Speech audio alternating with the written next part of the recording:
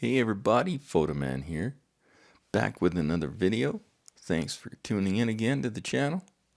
And if you like what you see, feel free to share it with your friends and family and contacts and all that stuff. More people see it and more people learn about our amazing history in Calgary. The cornerstone of what was Calgary's first general hospital was laid in 1894.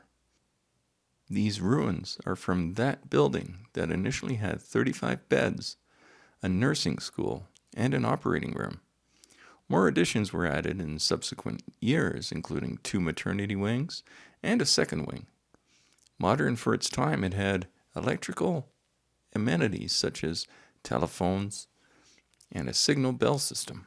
The majority of the hospital was demolished in 1974.